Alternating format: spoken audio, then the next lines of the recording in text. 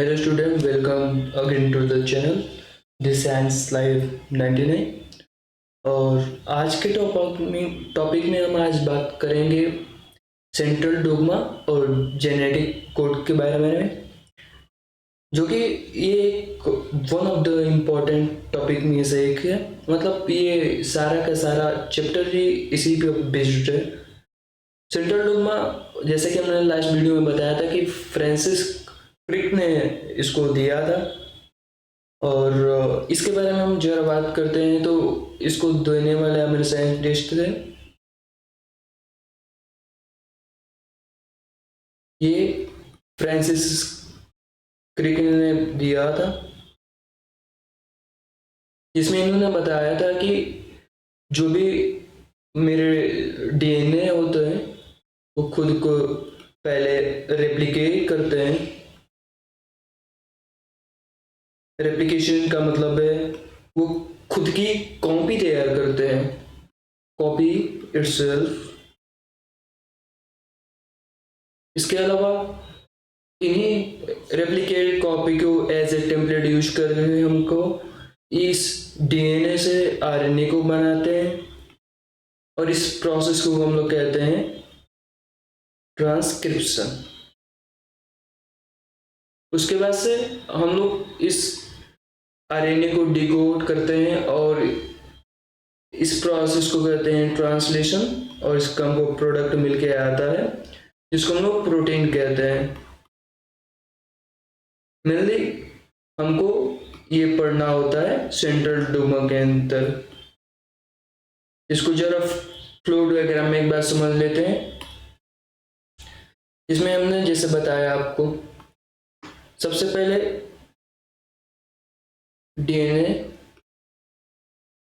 DNA से हमारा फिर आरएनए बनता है, और आरएनए से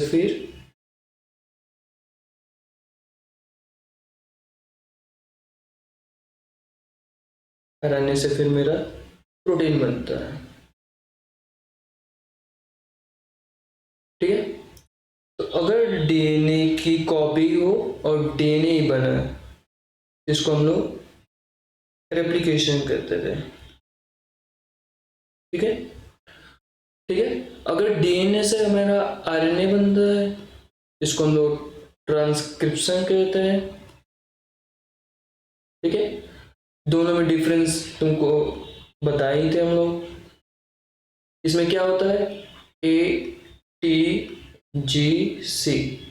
इसी से मिलती है ये जो चार मेरे नाइट्रोजनस बेसिस है, इसी को हम लोग आपस में कंबाइन करते हैं तो ये हमारे बनते हैं। और इसमें क्या होता है, टी के वो रिप्लेस हो जाता है आपके यूरेसिस से, और इसके टेम्पलेट को हम लोग यूज करते हैं आरएनए को बनाने में। तो यहाँ पे हमारा यूज होता है AUGC।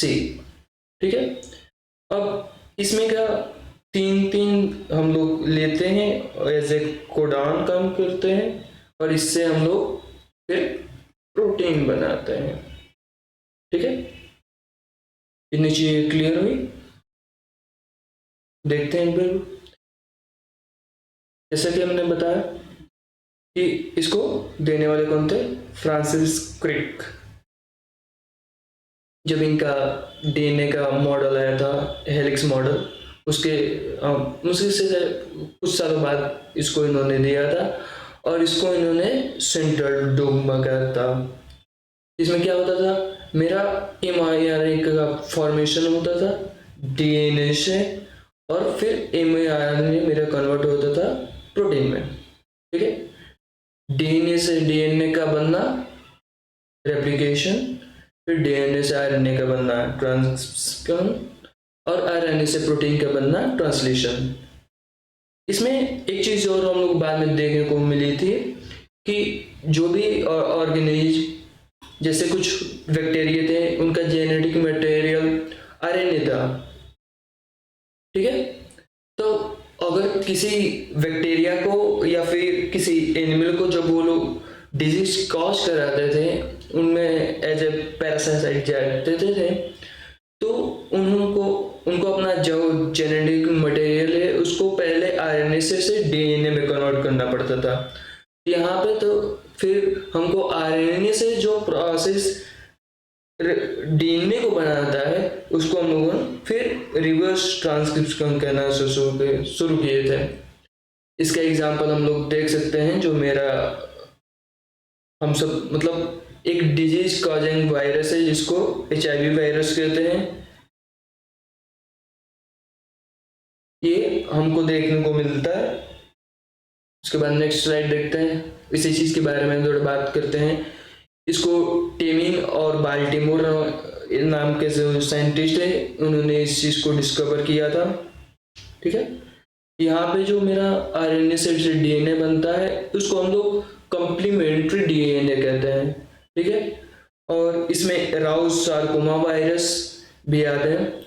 और मेनली इस प्रोसेस को रिवर्स ट्रांसक्रिप्शन के अलावा एक टेमिनिज्म की कहते हैं। ठीक, इतनी चीजें सेंट्रल डोगमा के बारे में हमारी क्लियर हो गई। अगर ये चीजें सारी क्लियर हो गई तो हम लोग जेनेटिक कोडान पर आगे बढ़ते हैं और उस पर बात करते हैं। ठीक है, यहाँ पे हम लोगों ने देखा था, पहले क्या देखा था, क्या क्या पढ़ा है अभी हम लोगों ने रेप्लिकेशन के बारे में। ठीक है, इसमें क्या होता था, डीएनए से मेरा डीएनए बनता था, मतलब nucleotide converted to nucleotide.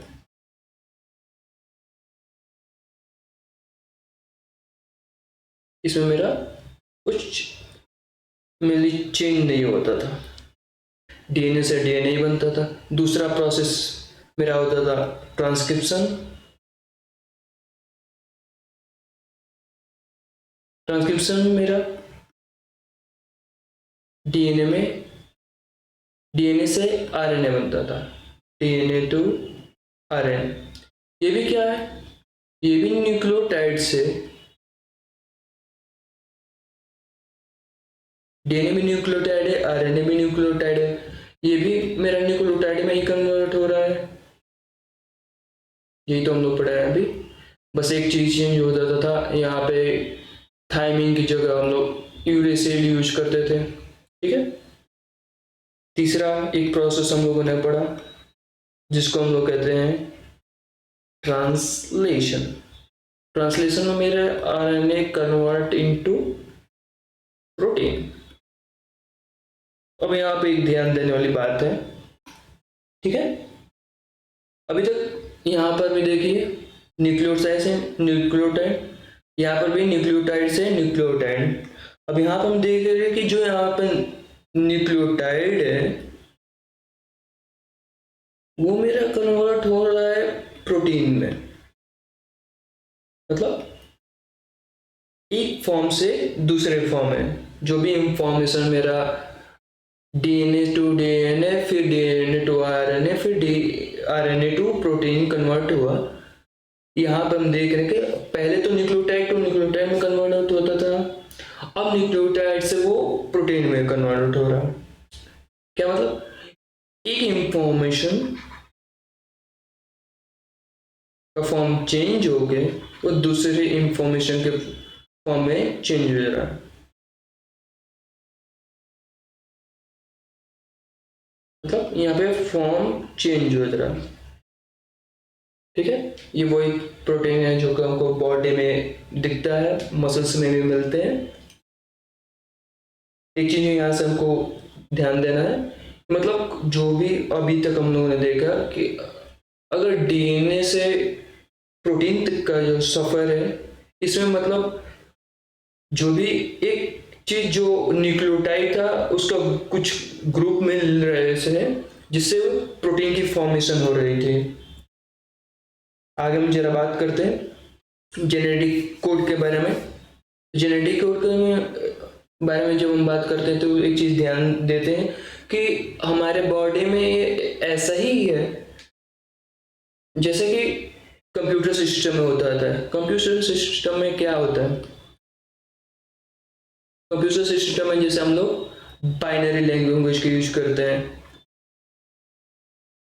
Binary language में आपका तुम्हारा ये होता है कि 0 और 1 में यही होता, ठीक है। और इसको हम लोग कंप्यूटर के लैंग्वेज में चेंज करते हैं, यही तो होता ना मेनली, और कुछ तो नहीं होता। मतलब ये बाइनरी लैंग्वेज टू अल्फाबेट, ये अल्फाबेट में इसका कन्वर्जन हो रहा है, ठीक है। वैसे ही लिविंग सेल के अंदर क्या होता है, जो भी हमारा न्यूक्लियोटाइड होता है, ये न्यूक्लियोटाइड अपने आप को कन्वर्ट करता है प्रोटीन के फॉर्म में, ठीक है। और हमारे न्यूक्लियोटाइड में जो बेसिस जो होते हैं कौन से होते हैं, ए, टी, जी, सी, ये हमारे डीएनए में होते हैं, और आरएनए में ए, यू, जी, सी, ठीक है। मतलब ये हमारा एक फॉर्म में जो कि कन्वर्ट हो रहा है सेकंड फॉर्म में।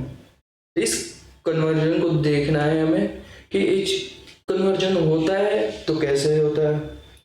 हम लोगों ने एक चीज ये साइंटिस्ट देखे थे कि अगर डीएनए में हम चेंजेस लाते हैं, मतलब चेंजेस इन रेप्लिकेशन, ठीक है। रेप्लिकेशन में जब चेंजेस आता है मतलब उसके न्यूक्लियोटाइड में चेंजेस लाते हैं, तो आरएनए में भी चेंजेस हो जाते हैं। और जब आरएनए चेंज हो रहा है तो इससे मेरा बनने वाला प्रोटीन भी चेंज हो रहा है। ये चीज है समझ में, मतलब ये तीनों आपस में लिंक्ड तो हैं। अब इनकी लिंकिंग कैसी है ये हमको मेनली जानना था, और ये बहुत तो मतलब it is one of the toughest thing the biology. इसको सॉल्व करने के लिए हमारे पास अलग अलग फील्ड से साइंटिस्ट हैं। ऐसा नहीं कि कोई एक साइंटिस्ट आया और इसको सॉल्व कर दी, जैसे डीएनए के बारे में क्रिक की बात करते हैं, ये सब एक बार में नहीं हुआ, ठीक है। तो इस चीज को समझने के लिए हम लोग इसको डेसिफरिंग, मतलब डेसिफर का मीनिंग ही होता है रिवील करना, रिवीलिंग ऑफ डीएनए या फिर आरएनए के लिए। इसमें क्या होता था, मतलब कौन सा इंफॉर्मेशन आ रहा है, किस इंफॉर्मेशन में से कैसे चेंजेज हो रहा है, इस चीज का पता लगाना था, ठीक है। जैसे कि मान लो एक तुम्हारे पास न्यूक्लियोटाइड की चेन है जिसमें ए, यू, जे, सी, ठीक है, फिर यू, ए, जी, ऐसा है। ये हमारा 5 प्राइम होता था और ये 3 प्राइम होता था, ठीक है। इसमें ऐसा क्या है इस न्यूक्लियोटाइड में जो कि आगे चल कर जो प्रोटीन बनता था उसमें चेंज लाता था।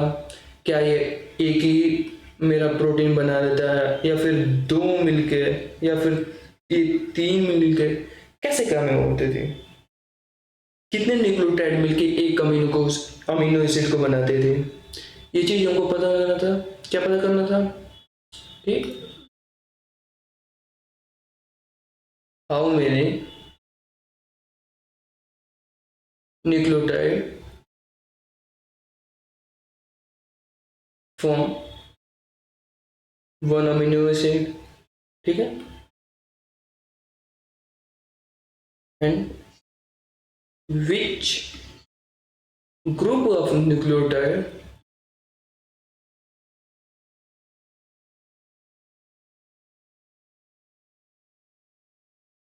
Form which protein. मतलब इस सेंट्रल डोग्मा, फिर उसके बाद ये जेनेटिक कोड, मेनली इस चीज को पता करने के लिए हम लोग किया गया था कि हमको इंफॉर्मेशन मिले कि कौन सा न्यूक्लियोटाइड मिलके कौन सा अमीनो एसिड को बना रहा है, किस प्रोटीन को बना रहा है। और ये एक बहुत ही मतलब कॉम्प्लिकेटेड प्रोसेस था, ठीक है। केवल एक फील्ड के साइंटिस्ट नहीं बल्कि कई सारे फील्ड के साइंटिस्ट इसमें इन्वॉल्व हुए। इसमें हमारे इसके बारे में जब हम लोग पढ़ते हैं तो एक साइंटिस्ट के बारे में पढ़ते हैं जिनका नाम है जॉर्ज गैमो। जॉर्ज गैमो ये कोई बायोलॉजिस्ट नहीं थे, ये हमारे फिजिसिस्ट थे, ठीक है। इसके अलावा हमको एक बायोकेमिस्ट डिपार्टमेंट से साइंटिस्ट चाहिए था। फिर बायो से है तो एक जीन से रिलेटेड जो हमको बताया ऐसा साइंटिस्ट भी चाहिए था, जेनेटिसिस्ट। फिर ऑर्गेनिक केमिस्ट्री से रिलेटेड हमको साइंटिस्ट चाहिए था इस काम को करने के लिए।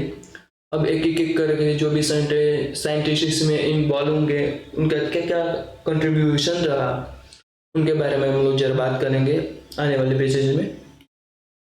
जैसे इसमें एक चीज हम लोग देखते हैं जरा जेनेटिक कोड से रिलेटेड है। इसमें अभी तक बात की है कि ये जॉर्ज गैमो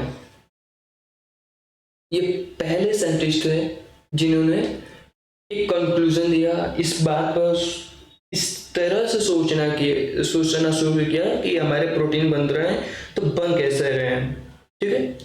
फिर आगे जैसे जेनेटिक कोड की डिस्कवरी, उसमें अलग अलग फील्ड से साइंटिस्ट आए जिनमें निरेनबर्ग, मैथ्यू, ठीक है।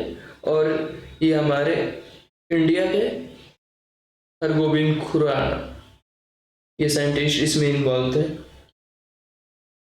ठीक है। और क्या हम इस में देख सकते हैं total 20 types of amino acid मिलते थे हमको प्रोटीन बनाने के लिए, ठीक है। तो इसमें कैसे कैसे चेंजेस होते हैं इनके बारे में हम जरा बात करेंगे। एक चीज और यहाँ पे जितने न्यूक्लियोटाइड्स से मिलके ये मेरे कोडान बन रहा है, मतलब अमीनो एसिड बन रहा है, तो उस एक यूनिट को हम लोग कोडान बोलते हैं, ठीक है। ये क्या होता है, एक न्यूक्लियोटाइड का सीक्वेंस होता है, ठीक है, जो कि कन्वर्ट होता है अमीनो एसिड में, ठीक है। अब यहाँ पे देखें कि कौन सा सीक्वेंस, तो डीएनए वाला सीक्वेंस नहीं, आरएनए वाला सीक्वेंस हमारा प्रोटीन में कन्वर्ट होता है, ठीक है। ये चीजें हम ध्यान देंगे। अब एक एक करके सारे साइंटिस्ट के बारे में देखते हैं कि इनका का क्या कंट्रीब्यूशन रहा, ठीक है। हमारे पास टोटल नंबर ऑफ न्यूक्लियोटाइड कितने हैं, 4। कौन कौन से, ए, यू, जी, सी। इसमें अभी हम थायमिन को ऐड नहीं करेंगे क्योंकि वो प्रोटीन में कन्वर्ट नहीं हो रहा है, ठीक है। अगर मानते हैं कि एक न्यूक्लियोटाइड से एक अमीनो एसिड बनेगा,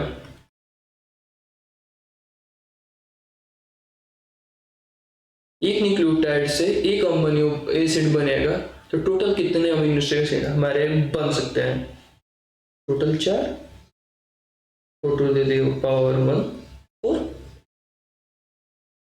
अब हम एक कॉम्बिनेशन ट्राई करें तो ये तो पूरा का पूरा मेरे लिए इनसफिशिएंट है, जबकि हम लोग को मालूम है कि 20 अमीनो एसिड होते हैं, 2 तो और ऐड हो गए 22, मतलब 4 तो बहुत इनसफिशियंट है। ठीक है, अब क्या करें, ऐसा करें कि अगर दो दो का कॉम्बिनेशन यूज करें तो कितने बन पाएंगे। यहाँ पर अगर दो कंबाइन करें, दो कंबाइन करेंगे इसे, टोटल नंबर आप अमीनो एसिड में कितने बन पाएंगे, वापस ये 16 ही अमीनो एसिड बन पाएंगे, इससे ज़्यादा नहीं। ये क्या होगा, ये भी हमारे लिए इनसफिशियंट हुए, क्योंकि उनको मालूम है कि इसे 16 अमीनो एसिड से 20 को तो नहीं सिंथेसाइज कर पाएंगे। 20 के अब तो दो और ऐड हो गए, इसके अलावा हमारे स्टॉप कोडॉन्स भी होते हैं, तो 16 ये भी इनसफिशियंट रहा। अब इसके बारे में फिर हम बात करते हैं, फिर हम लोग करते हैं कि तीन का ट्राई करते हैं, मतलब 3 का कॉम्बिनेशन, जैसे AUG GCU UGC, ऐसे ऐसे कॉम्बिनेशन हम लोग ट्राई करें तो कितने कितने कॉम्बिनेशन बन जाएंगे, टोटल 64। यानी नंबर ऑफ मेरे पास एक कोडॉन कितने होंगे, 64 कोडॉन। ठीक है, और अब ये तुम्हारे 20 अमीनो एसिड को फॉर्म करने के लिए सफिशिएंट है। तो ये हमारे जॉर्ज गैमो का मेन कंट्रीब्यूशन था। इन्होंने बताया कि 3 nucleotide combine to form a protein, या कह सकते हैं 3 nucleotide required to form 1 amino acid। ठीक, इन्होंने तो एक थियरी दे दिया, अपना एक कंसेप्शन दे दिया, अब बनेगा कैसे। ठीक है, इन्होंने 3 का बताया, मतलब ट्रिप्लेटेड ऑफ कोडॉन। तो क्या क्या रिक्वायरमेंट्स होंगी हमको बनाने के लिए, जरा इसके बारे में बात करते हैं। हम लोग ब्लैंक स्लाइड लेते हैं, किसी भी चीज को समझने के लिए सबसे पहले क्या क्या रिक्वायरमेंट्स होंगे। तो सबसे पहले तो अगर हम किसी लिविंग सेल के अंदर इस डिस्कवरी को तो कर नहीं कर पाएंगे, जो भी एक्सपेरिमेंट वो करने पड़ेंगे, लैब में करने पड़ेंगे। मतलब कि जो भी हमारा न्यूक्लियोटाइड होगा, इसका सीक्वेंस आपको पता रहना चाहिए। ठीक है, ये नोन सीक्वेंस होना चाहिए। पहले हमारी ये रिक्वायरमेंट है। दूसरी ये रिक्वायरमेंट है, और ये तो one of the most important requirement है, कि ये मेरा लैब कंडीशन में ये एक्सपेरिमेंट हो जाए। मतलब हम लोग प्रोटीन का फॉर्मेशन सीक्वेंस से कैसे करें, बिना सेल का कर पाए। ठीक है, ये हमको लैब कंडीशन में करना है, और ये उस टाइम के लिए बहुत ही मुश्किल एक टास्क था। तीसरा हमको ये चाहिए कि ये जो नोन सीक्वेंस हमारे बन रहे हैं, तो ये सीक्वेंस हम बनाएं कैसे?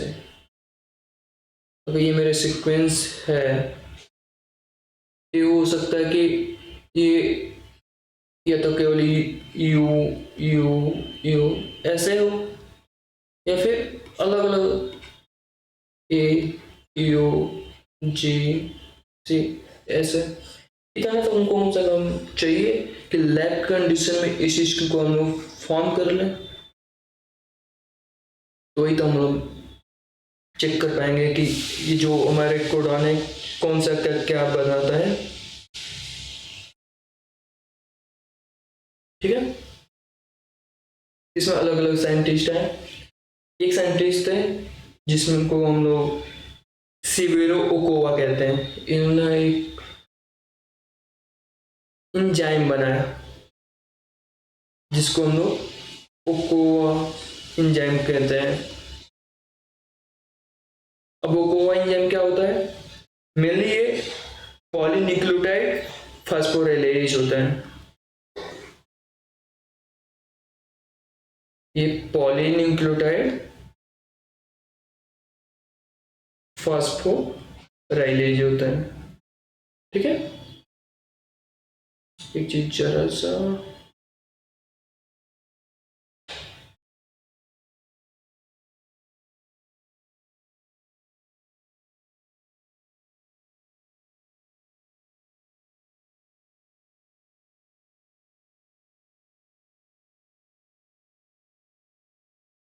ठीक है, ये पॉलीन्यूक्लियोटाइड फास्फोराइलेज ये क्या करता है? ये मेरा टेम्पलेट फ्री आरएनए की सिंथेसिस कर देता है। तो जो मेरा आरएनए बनेगा उसको कोई टेम्पलेट की रिक्वायरमेंट नहीं थी। जैसे कि इससे पहले अगर कोई हमको आरएनए बनाना ना होता था तो हमको डीएनए पर डिपेंड होना पड़ेगा कि भाई जो डीएनए के पास न्यूक्लियोटाइड होगी उसी के हिसाब से मेरा आरएनए बनेगा। पर इन्होंने अपना एक इंजाइम डिस्कवर किया जिसका नाम पॉलीन्यूक्लियोटाइड फास्फोराइलेज था।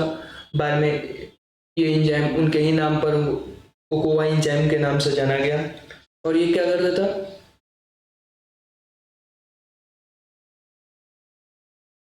ये जो आरएनए बनाता था, आरएनए फॉर्म विदाउट टेम्पलेट। और ये एक मेजर डिस्कवरी थी। टोटल ये कहें कि हमको ये सॉल्यूशन ही मिल गया कि हमको डीएनए पर डिपेंडेंट नहीं रहना पड़ा कि वो हमको न्यूक्लियोटाइड बना के दे तो फिर हम आगे काम करें। उसके बाद हरगोविंद खुराना का कंट्रीब्यूशन आता है। इन्होंने क्या कंट्रीब्यूट किया जेनेटिक कोड में? इन्होंने एक काम किया कि जो सीक्वेंस बनाना था, ठीक है,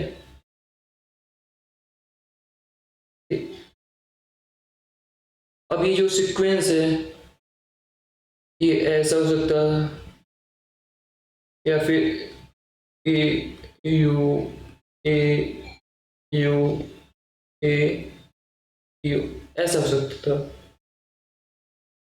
तो इन्होंने इस पे काम किया और इन्होंने ये बना सकते थे जिसको हम लोग होमोपॉलीमर कहते हैं।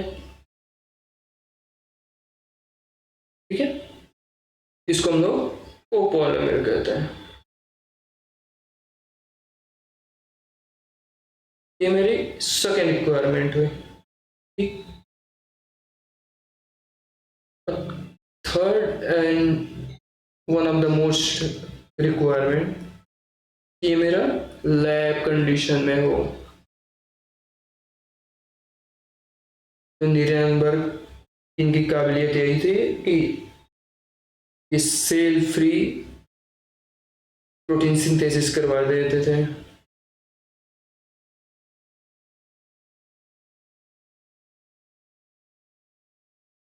Cell free protein synthesis.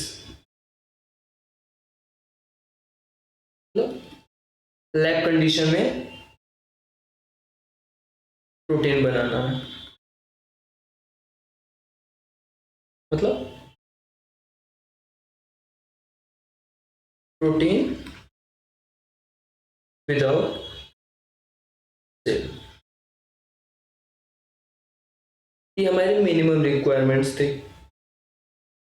बाकी उसके बाद तो बहुत चीज़ें हुई और अलग अलग साइंटिस्ट आए, अलग अलग काम किए, उसके बारे में भी जरा देखते हैं। अब थोड़ा सा ये हो गया था कि हमारे पास अब प्रोटीन बन सकता था। अब प्रोटीन बनेगा तो उसकी कुछ खासियत होंगी, क्या क्या खासियत हो सकती है, ठीक है। जरा इसमें हम फिर और पेज ऐड करते हैं।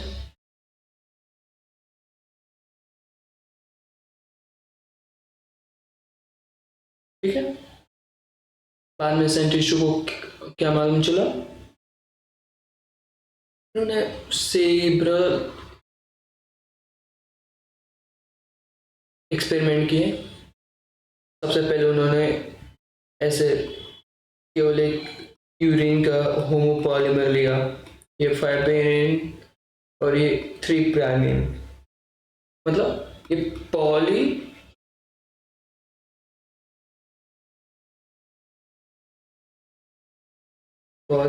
यूरेसिल का एक सीक्वेंस लिया। जब ये पॉली यूरेसिल का सीक्वेंस लिया तो इन्होंने देखा कि मेरे पास फेनिल एलालाइन क्या बन के मेरे आ रहा था, फेनिल एलानिन, ठीक है। इन्होंने पहले देखा कि ऐसे मेरे बहुत सारे एक्सपेरिमेंट लगे जिसमें एक में केवल और केवल पॉली यू के सीक्वेंस है, उन्होंने देखा कि फेनिल एलानिन बन रहा है, मतलब कि इसमें सीक्वेंस जो है, जैसे ये 3 सीक्वेंस जब मिलेंगे तो फेनिल एलानिन बनाएंगे, ठीक है। फिर इन्होंने देखा कब दूसरे दूसरे न्यूक्लियोटाइड लेते हैं, इन लोगों ने अगर केवल एडेनिन नंबर पॉली एडेनिन की सीक्वेंस में, इससे मेरा लाइसिन बनकर रेडी होता था, ठीक है। अगर पॉली जी लिए थे तो ग्लाइसिन, और 4 पॉली सिस्टीन लेंगे तो ये प्रोलिनिन बनाता था, ठीक है। इतनी चीजें हम लोग ध्यान दिए। अभी तक क्या क्या हमको मालूम चला, जो भी कोडॉन होगा उसके सीक्वेंस के बेसिस पे मेरा प्रोटीन रेडी होगा। अब इस कोडान की क्या क्या कैरेक्टरिस्टिक है, इसके बारे में हमको बात किया। क्या मतलब हमेशा ही यही रहेगा, चेंज होता रहेगा, ऐसा तो नहीं है कि पॉली यू अभी फेनिलएलानिन बनाया बाद में कुछ और बना रहा है। इसके कैरेक्टर जो बात करेंगे अब, ठीक है। इसमें पहला हम लोग देखते हैं, पहला क्या है, पहले ट्रिपलेट के नेचर में होगा, मतलब 3 का ग्रुपिंग होगा, ठीक है। ऐसा एक का भी नहीं हो सकता, 2 का भी नहीं हो सकता, मिनिमम 3 की रिक्वायरमेंट्स होंगी, ठीक है। जैसे यहाँ पे एक एग्जांपल देखें, टोटल अगर 90 ऐसे बेसिस है तो कितने मेरे प्रोटीन बन के रेडी होंगे, या फिर मेरा जो प्रोटीन बनेगा उसमें कितने अमीनो एसिड्स होंगे, ठीक है। तो 90 डिवाइडेड बाई 3, तो जो मेरा प्रोटीन बन के रेडी होगा वो 30 अमीनो एसिड्स के बनकर रेडी होगा, ठीक है। ये मेरा पहला और एक इम्पॉर्टेंट कैरेक्टरिस्टिक है जेनेटिक कोड का। अब दूसरा देखते हैं। दूसरा जो इम्पॉर्टेंट एक कैरेक्टरिस्टिक है वो है यूनिवर्सैलिटी। ऐसा नहीं है कि ह्यूमन बीइंग है तो यहाँ पे फेनिलएलनिन बनाएगा, किसी बैक्टीरिया में गया कुछ और बना रहा है, किसी प्लांट में गया कुछ और बना रहा है, ऐसा कुछ नहीं होता। अगर एक जेनेटिक कोड है तो मोस्टली यूनिवर्सल में एक आधा किस्म देखने को मिलते हैं, उसके बारे में हम बाद में बात करेंगे। और इसका जो मेनली एक्सेप्शन देखने को अभी बात की बात है। इसके एग्जांपल हम लोग कुछ थोड़े बहुत प्रोटोजोआ या फिर माइटोकॉन्ड्रिया में देखने को मिलता है। माइटोकॉन्ड्रिया भी अपना बहुत ज़्यादा नहीं पर कुछ प्रोटीन खुद के बनाते हैं, तो उसमें ये थोड़े से चेंजेस देखने को मिलते हैं, ठीक है। इसका थर्ड कैरेक्टरिस्टिक ये नॉन एम्बिग्यूअस होते हैं। मतलब कि अगर कोई मेरा एक कोडॉन है, जैसे AUG है,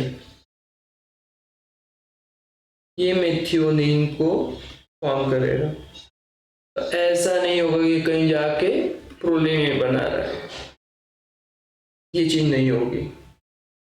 अगर ये मेथियोनिन बना रहा है तो हर जगह मेथियोनिन ही बनाएगा, इसके अलावा कुछ नहीं बनाएगा।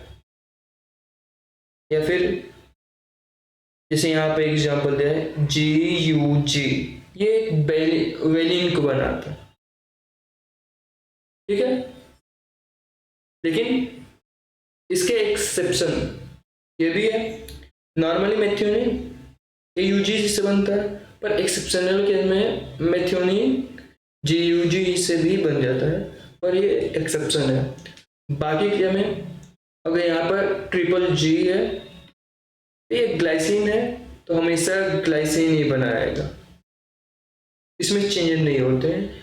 और ये जेनेटिक कोड के one of the most important characteristic है, इन नॉन एम्बिग्यूअस होंगे। फोर्थ, नॉन ओवरलैपिंग होंगे। नॉन ओवरलैपिंग मतलब जैसे एक ये DNA का सीक्वेंस है AUGCTAU,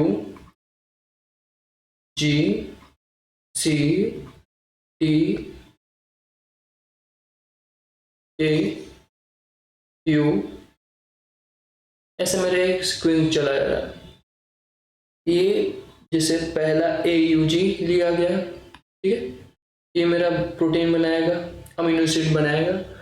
तो ऐसा नहीं है कि अगले वाले में ये इसको ले, ये ओवरलैपिंग नहीं होंगे। अब अगला जो मेरा सीक्वेंस आएगा CTA, ये आएगा, ये मेरा अमीनो एसिड बनाएगा, ठीक है, ठीक है। इसी को हम लोग कॉमलेस भी कहते हैं, ठीक। मतलब एक ग्रुप ऑफ नाइट्रोजन बेसेस मिलके सिर्फ और सिर्फ एक कोडॉन को ही सिंथेसाइज करेंगे, कॉमलेस नहीं हो, ठीक है। जैसे यहाँ पे एग्जांपल दिया गया है कि अगर 50 अमीनो एसिड है तो उसके लिए कितने सीक्वेंस चाहिए, 150, ये फिक्स है। ये नहीं कि एक दूसरे में ओवरलैप करके भी उससे कम सीक्वेंस में ये बन जाए, ठीक है।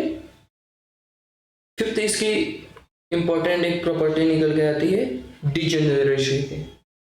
डिजेनरेसी मतलब मल्टीपल कोडॉन मिलके एक अमीनो एसिड को सिंथेसाइज करेंगे। मतलब ये भी वही अमीनो एसिड, ये भी वही अमीनो एसिड, ये भी ये अमीनो एसिड ही को करते हैं। इसको हम क्या कहते हैं? Degeneracy of codons. इसकी एग्जांपल भी हम लोग अभी नेक्स्ट स्लाइड में देखेंगे। ठीक है, अब आते हैं जैसे इस एक चार्ट पे आते हैं। अभी चार्ट देख के डरना नहीं है, इसको भी बता देंगे कि कैसे ये बना हुआ है। जैसे देखो यहाँ पे पहले जो भी मेरा फर्स्ट पोजीशन पर ये इसमें लेटर्स आए हैं, इसके लिए यहाँ पे U C A G ऐसे फर्स्ट लेटर पे जो आएंगे वो आएंगे। सेकंड पोजीशन पर जो लेटर्स आ रहे हैं ये ऊपर वाले से आ रहे हैं U C A G। जैसे यहाँ पे देखें ये मेरा यहाँ से है, सेकंड वाला यहाँ से है, और थर्ड पोजीशन मतलब हर जगह पर U C A G ऐसे ऐसे सीक्वेंस नीचे जाते रहेंगे। यहाँ पर अगर मेरे पास जैसे ट्रिपल U है, इससे मेरा फेनिल एलानिन बना। ठीक है, ये जो फेनिल एलानिन बना क्या किसी और भी कोड आंसर भी तो बन सकता है, इसी को तो हम लोग डिजेनरेसी बोले। ठीक है, ये भी ट्रिपल यू और UUC ये दोनों मिलके ही फेनिल एलानिन को फॉर्म करते हैं। लेकिन ऐसा नहीं होगा कि UUC कभी फिर दूसरे अमीनो एसिड को बनाए। अगर UUC फेनिल एलानिन बना रहा है, ट्रिपल यू भी फेनिल एलानिन बना रहा है, तो हमेशा ये लोग वही बनाएंगे, कुछ दूसरा नहीं बनाएंगे।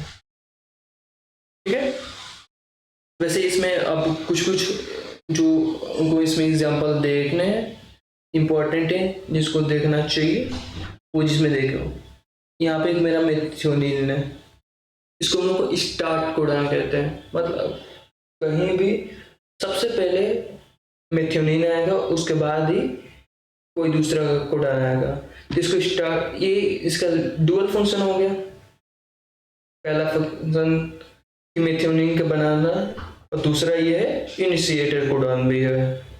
ठीक है, इसके अलावा ये देखें ट्रिप्टोफैन, इसका भी कोड हम लोग याद कर सकते हैं और इसको ध्यान देके रखना है कि इस पूरे चेकर बोर्ड में मेथियोनिन और ट्रिप्टोफैन ही है जिनके पास सिंगल कोडॉन है जो कि फॉर्म करते हैं। इसके अलावा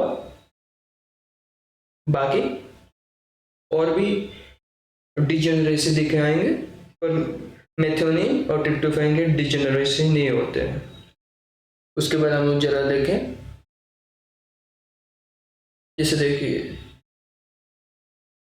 अर्जिनिन के लिए ये भी ये पूरा चेकर बोर्ड में इसके ये 6 प्लेस ये अर्जिनिन को फॉर्म कर रहे हैं।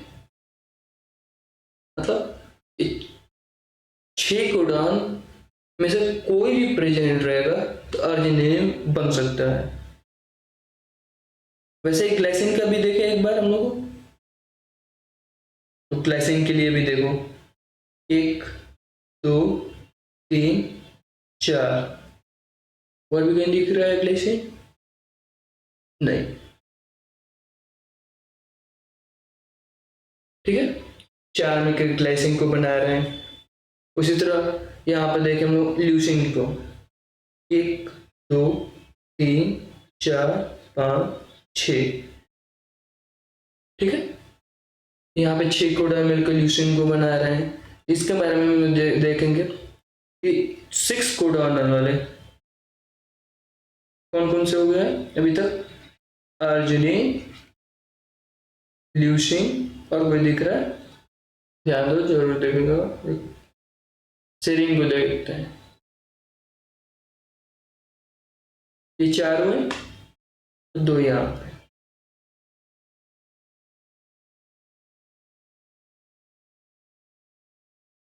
ये 3 हमारे ऐसे कोडॉन है, 3 अमीनो एसिड है जो कि 6 कोडॉन से बन सकते हैं।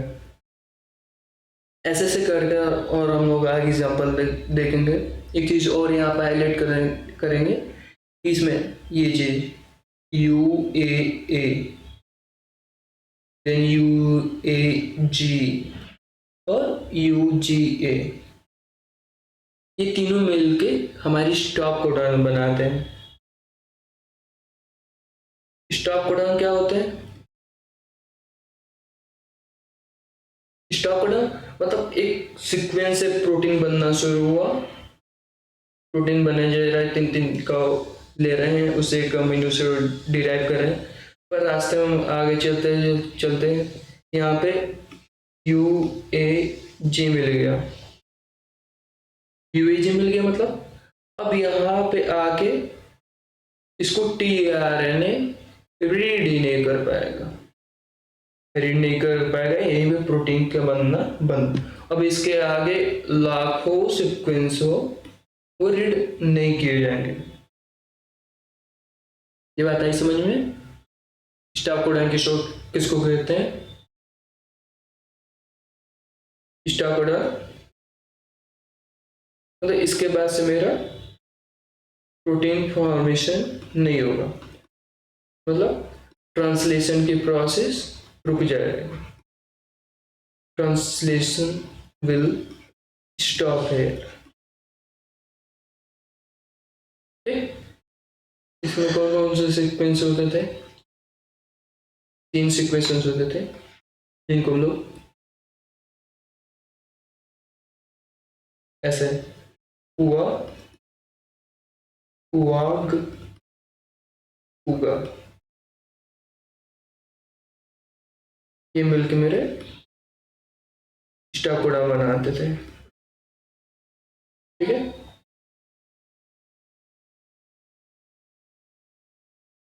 और एक दो जो इम्पोर्टेंट जिनको आप लोग लर्न करेंगे जो कि इम्पोर्टेंट है, जिसमें यूज के बारे में हमने बताया, ये स्टार्ट कोडॉन होते हैं,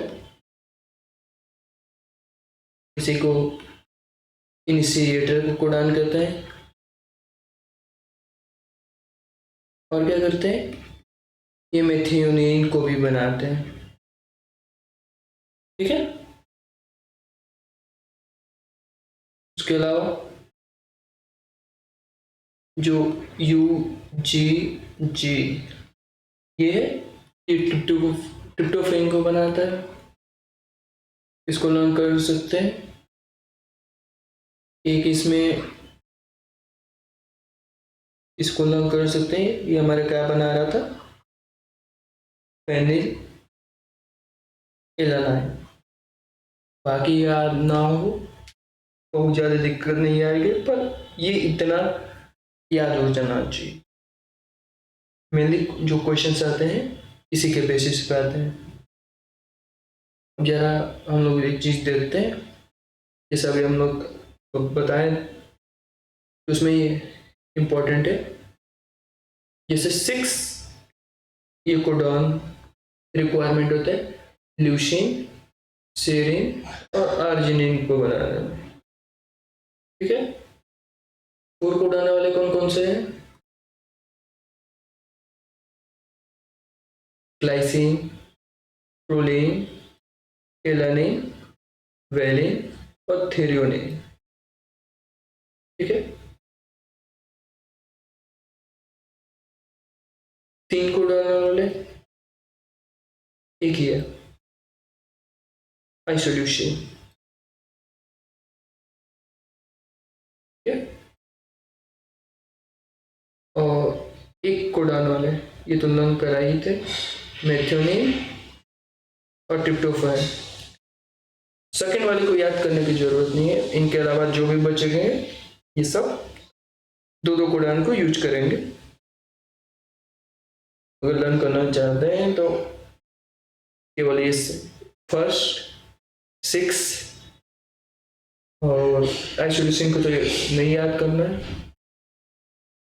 एक छोटा सा ट्रिक बता सकता है, जैसे देखिए सेरीन, आर्जिनिन को हम लोग सिंगल लेटर में R से रिप्रेजेंट करते हैं। ठीक है, और ल्यूसीन ये 6 फॉर्म करते हैं, ठीक है। ये एम्प्टी माइटोकॉन्ड्रिया को शॉर्ट फॉर्म में कहते हैं। ये तो सेल जिसको इजी कहा जा सकता है। इनको एक की रिक्वायरमेंट होती है, ठीक है। इतना कम से कम आप लोग फिल्म कर लीजिए, इससे ज़्यादा है अभी नहीं पूछा जाएगा।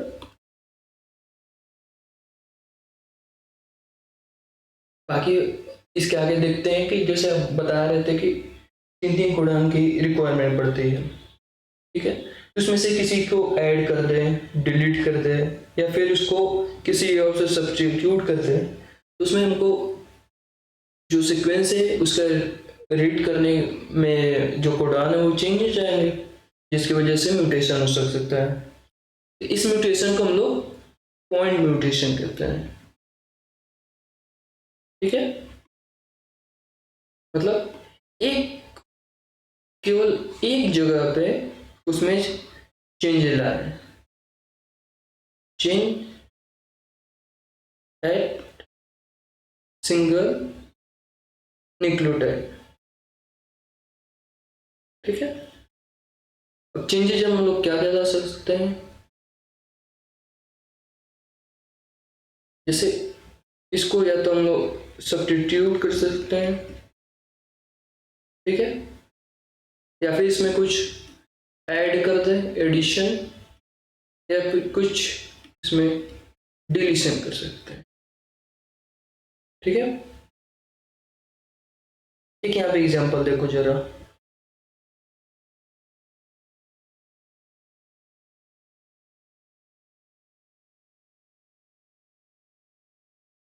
इसको और आगे भी एग्जांपल से समझेंगे। पहले अभी यहाँ पे देखते हैं AUGCAG,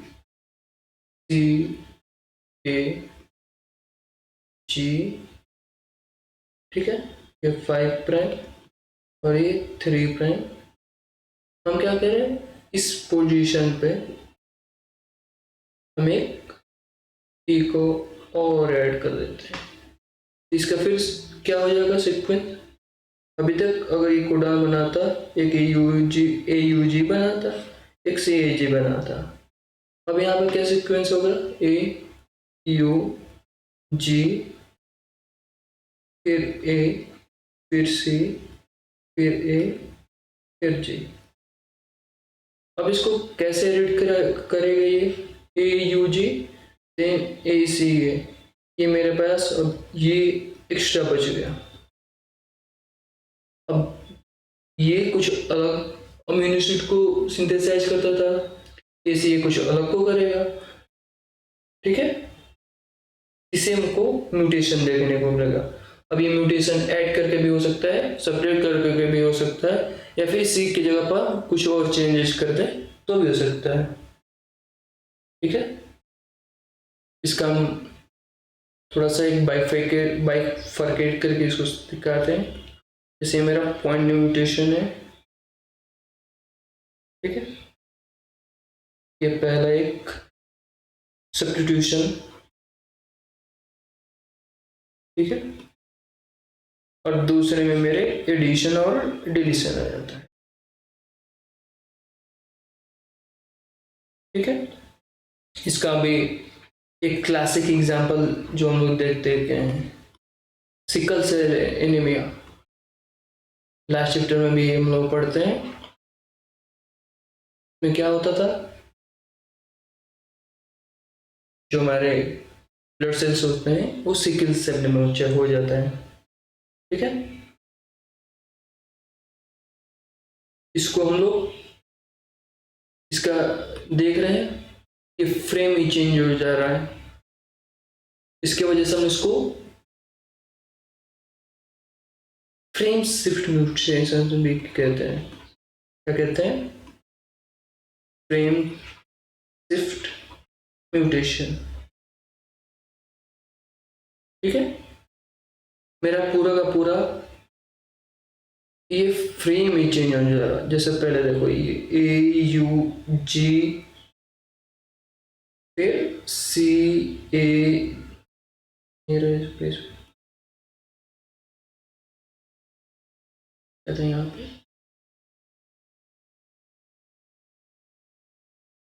हेल्थ यूज करेंगे हम लोग।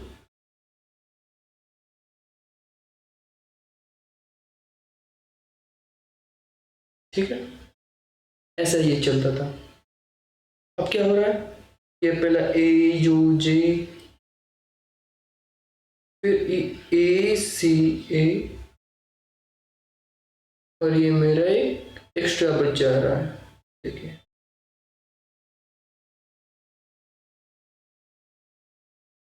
ये एक्स्ट्रा बच जा रहा है, इसका क्या करें। ठीक है, तो हम लोग देखेंगे, पहले जरा सब्स्टिट्यूशन को देख लेते हैं। ठीक है, इसका जो एग्जांपल्स है, उसके बाद फिर हम लोग एडिशन एंड डिलीशन को भी देखेंगे इसके एग्जांपल के साथ। इसमें पहला एग्जांपल जैसे हम लोग भी सब्स्टिट्यूशन करते हैं, इसमें क्या होता है कि जैसे मेरा एक सीक्वेंस है, ठीक है, ये 5 प्राइमिन, ये 3 प्राइमिन, जैसे मान लो जी देन ए देन जी, ये मेरा एक सीक्वेंस है। तो ये जो सीक्वेंस ये ग्लूटामेट को बनाता है। ठीक, अब इसमें हम थोड़ा चेंज लाए, ये 5 प्राइम, ये 3 प्राइम, और क्या किए,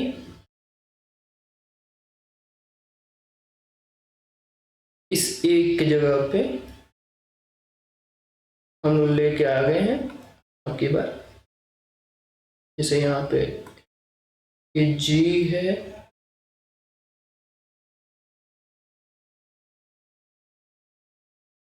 ये जी, ये भी जी, पर इसके जगह पे हम लोग इसको कन्वर्ट कर देते हैं यू से। मतलब क्या किया हम लोग, इसमें चेंजेस लाए, ए को यू से कन्वर्ट किए। ठीक है, अब ये मेरे पास जो सीक्वेंस रीड होगा वो सीक्वेंस होगा जी यू जी। ठीक है, और ये किसको सिंथेसाइज करता है, वेलिन को। अब देखो यही सिकल सेल एनीमिया के केस में होता था, इसको हाईलाइट करके दिखाते हैं। इसे काउंट करो, 1 2 3 4 5th एंड 6th पोजीशन पर इसमें यहाँ पे वेलिन है और यहाँ पे ग्लूटामेट है, बाकी चीजें सारी सेम है, बस ये एक डिफरेंस हमको यहाँ पे देखने को मिल रही है, बाकी सारी चीजें सेम है। क्या हो रहा है, यहाँ पे देखिए,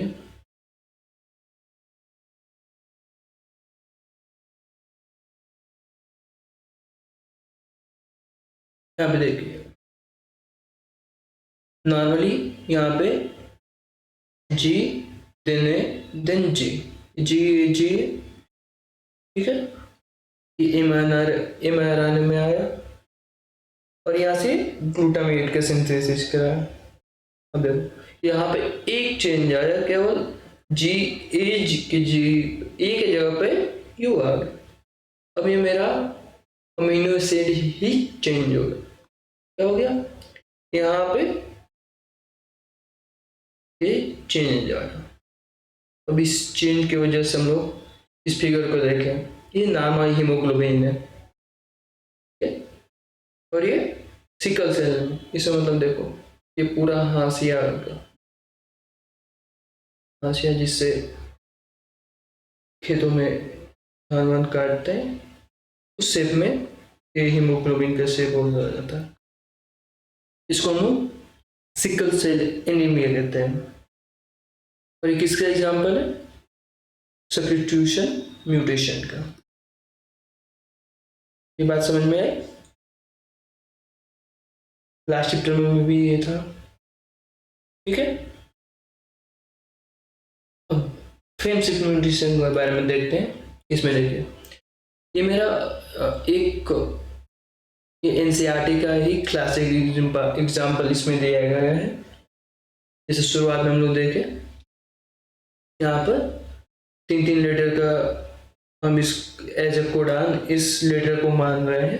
तो राम हैज रीड कैप, अगर इस जेनेटिक कोड को रीड किया जाएगा तो आर ए एम एक साथ, हैज एक साथ, रीड एक साथ, कैप एक साथ, ऐसा हम लोग रीड करेंगे।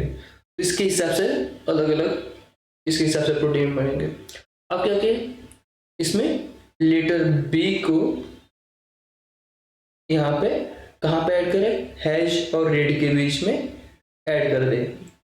ठीक है, तो इसके बाद भी तो ये 3 के फॉर्म में ही पढ़ा जाएगा, ऐसा तो नहीं है कि चेंज हो जाएगा। जब 3 के फॉर्म में पढ़ा जाएगा तो वापस क्या हो जाएगा, अब राम हैज ये तो वैसे ही पढ़ा जाएगा। अब बी आर देन ई ये अब एक साथ पढ़ा जाएगा। ठीक है, अगर ये चला जा रहा है इसमें देखिए, अभी तीनों एक साथ रखा जा रहा है। ठीक, इसका कोई मतलब ही नहीं बनता। फिर क्या किया, इसके बी के साथ आई को भी लाया गया। अब इस फिर फ्रेम इसका चेंज हो गया, लास्ट में यहाँ पर केवल पी बच रहा था, अभी यहाँ पर ए और पी दो बचे हैं। इसके साथ फिर जी को भी लाया गया। अब क्या हुआ, Ram has big red cap, मतलब जैसे ही हमने तीसरा एडिशन किया पुराना वाला सीक्वेंस मेरा आ गया, पर एक चीज यहाँ पे हमको एक्स्ट्रा एक अमीनो एसिड मिल गया। मतलब क्या कंक्लूजन निकला, अगर हम 3 न्यूक्लियोटाइड ऐड किए, क्या हुआ, ओरिजिनल सीक्वेंस आ गया,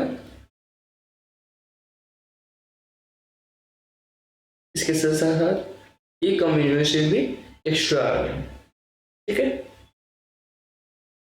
वैसे डिलीशन में हम देखते हैं।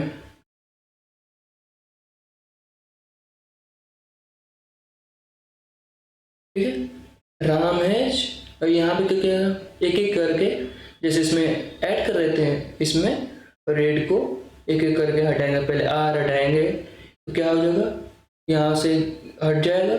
अभी जो रीड किया जा रहा था फ्रेम, ठीक है, अब इसमें ये जो कैप का सी है ये इसमें रीड होगा, ये भी फिर एक्स्ट्रा पड़ा।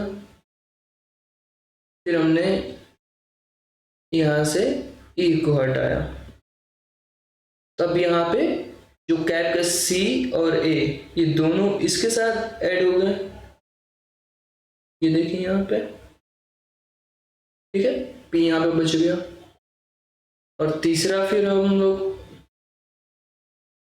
जब इसमें डी को भी हटाते हैं, ये पूरा का पूरा गया, ये वापस से मेरा ओरिजिनल वाला सीक्वेंस आ गया। ये ध्यान दे रहे हैं, मतलब 3 न्यूक्लियोटाइड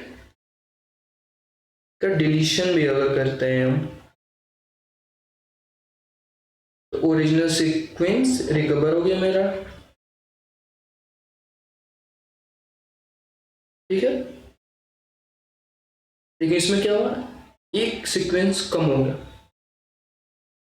ठीक है, इसको ही हम लोग फ्रेम शिफ्ट म्यूटेशन कहते हैं। इसे एग्जांपल एक मान लो, एक एग्जांपल देते हैं। क्या हुआ, जैसे 999 अमीनो एसिड थे, ऐसे क्वेश्चन एग्जाम में पूछे भी गए हैं। ठीक है, इसमें ये मेरे अमीनो एसिड न्यूक्लियोटाइड है 999।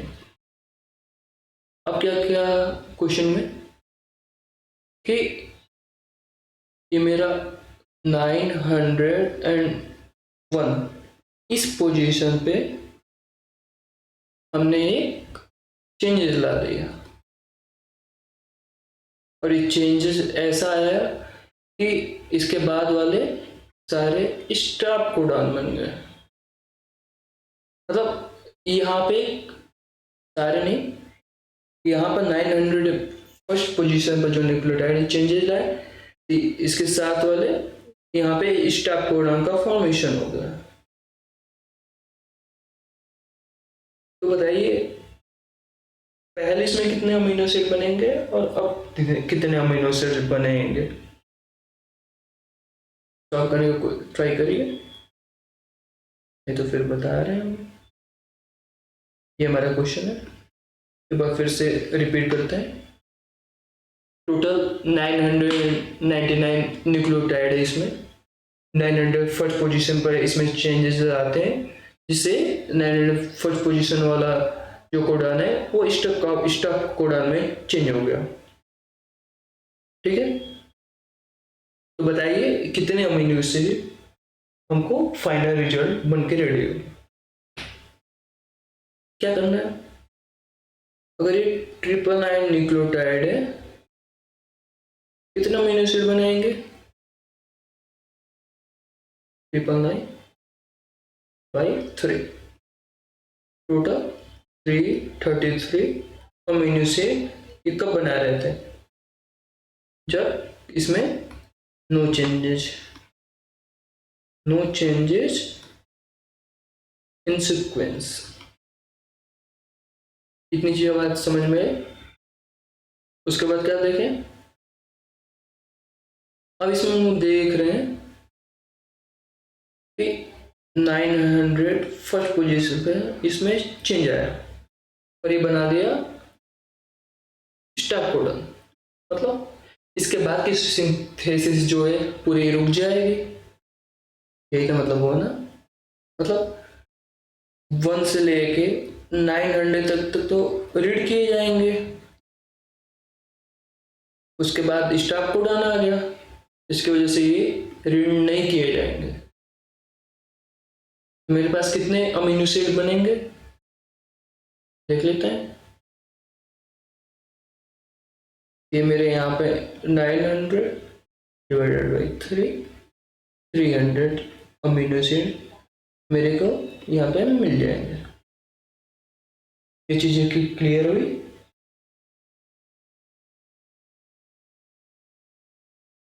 ठीक है, बाकी और आगे भी हम लोग पढ़ते रहेंगे। Thank you so much.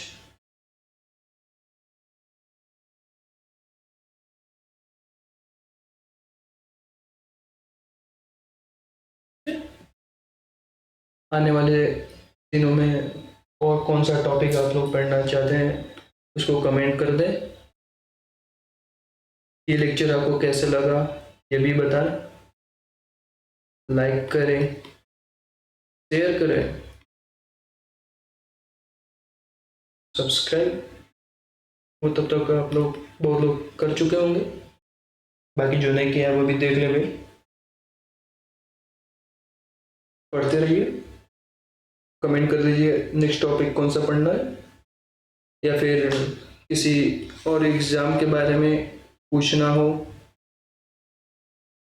उस पर भी कमेंट कर दीजिए, किस एग्ज़ाम के बारे में नेक्स्ट वीडियो लेके आऊँ। Thank you so much, bye bye, take care.